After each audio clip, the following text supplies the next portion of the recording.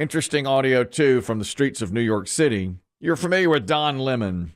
Used to be on CNN. Was a star at CNN. Not on CNN anymore. Left it. Was he fired? Might have been. He was very polarizing. People either loved him or hated him. Got really, really drunk on New Year's a couple of years. Yes. Many years back on New Year's Eve. Yes. And didn't they stop the drinking because he got so drunk on New Year's Eve? Yeah, but I think people still want to see Andy Cohen drunk, and they want to see Anderson Cooper drunk. Yeah. They just didn't want Don Lemon drunk. That's right. That's my takeaway. Don was saying some things on New Year's Eve he probably shouldn't have said. Well, now, like so many others, he's landed on Podcast World. One of those. So what he does is he goes out on the street and just goes up to unsuspecting New Yorkers to hit them with a question about something going on in the world. You know, just boots on the ground journalism. Exactly. That's what that's why I got into this game. That was the man on street. That was the business we loved back in the day. Well, Don Lemon's bringing it back, and he just walks down the street. Hey, sir, can I talk to you? What do you think about crime? What do you think about the president? Donald Trump doing this, et cetera, et cetera. What do you like in the U.S. Open? Exactly. Never know what the question's going to be. That seems like something you could do, BB Shea. I would love to do something like that. Scattershot reporting, just out there on the street. Hey, what do you think, Unfortunately for Don Lemon, sometimes this will happen. Can we talk to you? Where are you from? You live in New York? Who are you? Don Lemon. You're a f***ing moron, dude. Okay, all right. Stop it right there. You're an effing moron, dude. I can see myself getting some of that. Oh, you're an effing moron. Apparently, he's familiar with his work. Lemon. Now, if I know it happens really quickly, but it sounds like Mr. Lemon takes a page out of the Chris Kelly handbook. Yes. The guy says, "You're a blanking moron," and the guy goes, "Thank you." Exactly. Exactly. Thank you. Did I tell you what I'm doing to people now who call me out for being a clown or a moron on email, BB Shea? No. I simply reply, "You're right. I've failed you. I'm sorry." And I'm thinking of adding, "I must be better," as a fourth. But Biggie says not to do that. Yeah, it's too high a mountain. Too much. It's already sad enough. Yeah, it is. I mean, people, they just they beat me to death over some idiot thing I've said. And instead of fighting them or going back and forth or explaining my side of it or whatever, I just say, "You're right. I failed you. I'm sorry." Which is exactly what Don Lemon said. "You're an effing moron. Thank you." But he did retaliate a bit. We'll play the full clip now. Can we talk to you? Where are you from? Do you live in New York? Who are you? Don Lemon. You're a f***ing moron, dude. Thank you. So are you. Yeah, that's very nice. Yeah, nice to see you. Except you've never heard anything I've had to say, and I've heard a whole bunch of what you've I'm glad had you to watched say. me. No, I don't. Why? But you just get clipped everywhere. I know, but why don't you? You said you don't watch me, but yet you know who I am, and I get clipped. Before I realized that CNN and MSNBC were full of shit, every once in a while I'd see What do you watch? talking. I watch all sorts of stuff. You have no idea. I like that phrase, though. You're clipped everywhere. Yeah, he is. That's very modern language. That's right. And Your clips are everywhere. Yeah, and that guy was middle-aged, so he knew who he was, obviously. Yeah. You're an effing moron. And knew where he worked. Mm-hmm. That's the other thing I get a lot, too, is, "Well, thanks for watching me." I don't. Okay. You assume wrong. Yeah.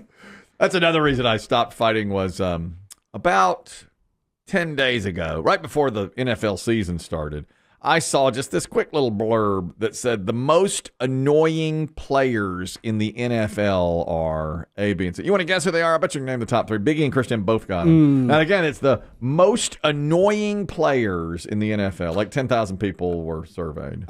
Travis Kelce? Number 2. I think he was 2. Yeah. Patrick Mahomes? Number 3. It's exactly the order Christian and Biggie went in. So I need number 1. Number 1, most annoying player in the NFL. Aaron Rodgers. Number 1. Yeah. That's what everybody says. Right. So what Christian doesn't know this, I got an email from somebody who said, the subject line was, "Get your facts straight," which, I get a lot. Okay. There's this whole subheading in your email. Everything is direct, fact, you're wrong. Yeah. Do your research. Get your facts straight. Yeah, that's a whole little subset. So he says, "I was listening to your show, if you want to call it that." And he says, "I heard you say that Aaron Rodgers and Patrick Mahomes and Travis Kelce were the 3 most hated players in the NFL. And I mentioned it to my wife. And she said, why are they so hated? And he goes, I don't know. Let me look it up. Well, guess what? They are not hated. He Googled who were the most hated players in the NFL. He goes, I had to look back 5 years. They didn't say anything about them being hated. Well, that wasn't the poll. The poll was most annoying, not most hated. I never heard the word hated. No, it wasn't said. He entered that into the conversation. So the listener. Exactly. So he goes on and on, paragraph after paragraph. So I write him back, and I say, actually, the word hated, you've introduced into the conversation here. It's most annoying. And then I included the link to him to show him, here are the 3 most annoying players, just the ones you just named.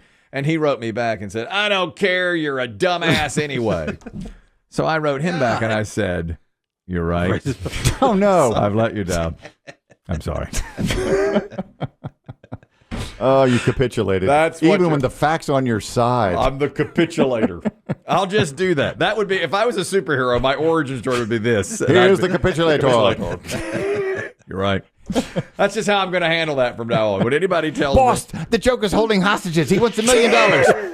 Give it to him. Give it to him. He kind of deserves it.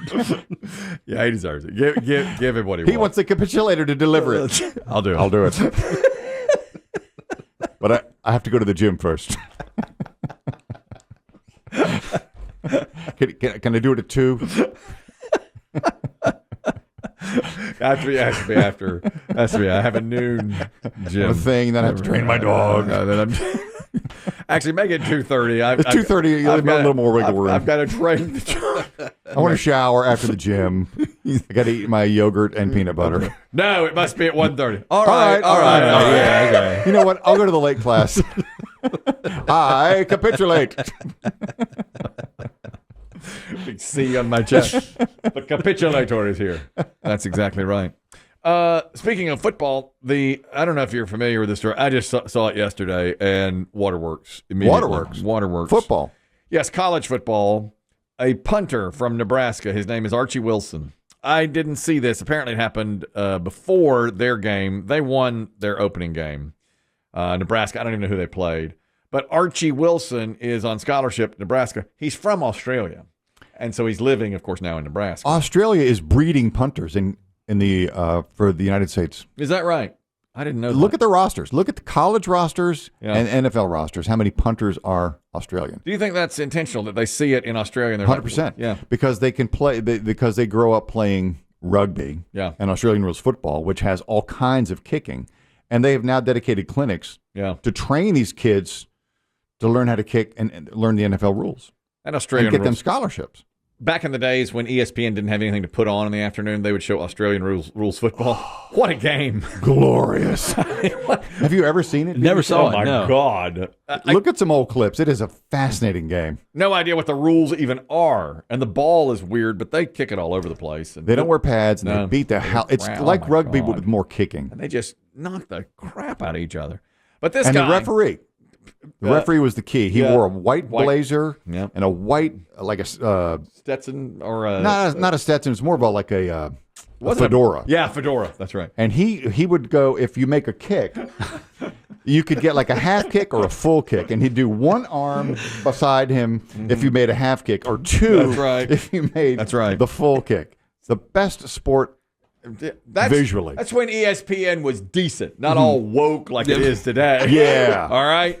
That's when ESPN was showing something decent on television, Australian rules football. My friend Brian Thomas and I used to just hole up in his basement for hours and watch it. God, it's awesome. Never figured it out. Never. No. But anyhow, this kid is a freshman at Nebraska. His name is Archie Wilson, and it's the first time he's away from his parents and his brother. 8,000 miles away. He's 18. That's right. So he talks to him on the phone, of course, and texts them, but he was asked about it at the press conference before the game. They just basically said, what's it like being so far away? And he had a tough time with it. First time you're away from them? Yeah, that part's hard. I mean, I'm sorry.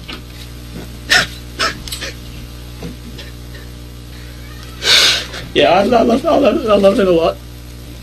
Yeah, I got 2 little brothers and a mum and dad, and yeah, that's the tough part about being here. I love them a lot, and I miss them. But it's I mean, they know this is what's best for me, and it's good. I can still talk to them plenty over the phone, and they're coming here to see the first few games. It's gutting.